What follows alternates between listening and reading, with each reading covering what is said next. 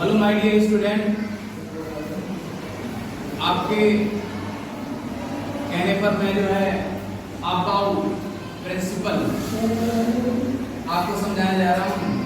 About principal क्या चीज होती है? देखिए, अबाउट प्रिंसिपल अबाउट एक जर्मन भाषा का शब्द है।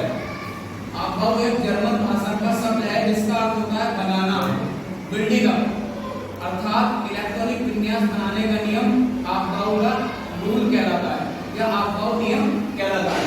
तो देखिए बच्चों, मैं आपको बताता हूँ, ये आप देख रहे हैं 1s 2s 3s 4s 5s 6s 7s, ये आप जो गोले देख रहे हैं बच्चों, आप ये आपके सब सेल क्या है?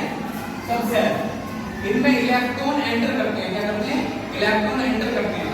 तो देखिए, सबसे पहली जो सेल भरी जाती है हमारी 1s भरी जाती है, ये 1s भरी जाएगी। उसके बाद बच्चों हमारी सेल भरी जाती है 2s के बाद भरी जाती है बच्चों हमारी 2p, और 2p के बाद हमारा नंबर आता है 3s के बाद बच्चों हमारी 3p, और 3p के बाद 4s के बाद हमारा नंबर आता है 3d के बाद 4p के बाद 5s के बाद बच्चों 4d के बाद 5p के बाद 6s के बाद आता है बच्चों आपका 4f के बाद 5d के बाद 6p के बाद 7s के बाद आता है आपका 5f बच्चों, ये 5f के बाद 6d के बाद आता है आपका 7b।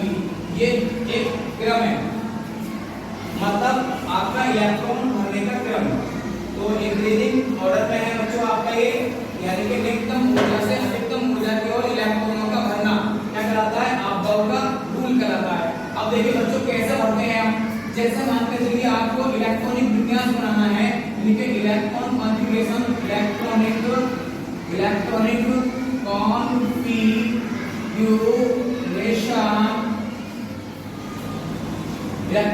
Configuration of atom.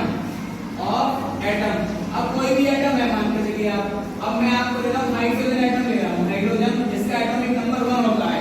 तो अब देखिएगा, पहली s यानी कि 1s, ये पहली s में कितना इलेक्ट्रॉन है बच्चों? 1 इलेक्ट्रॉन।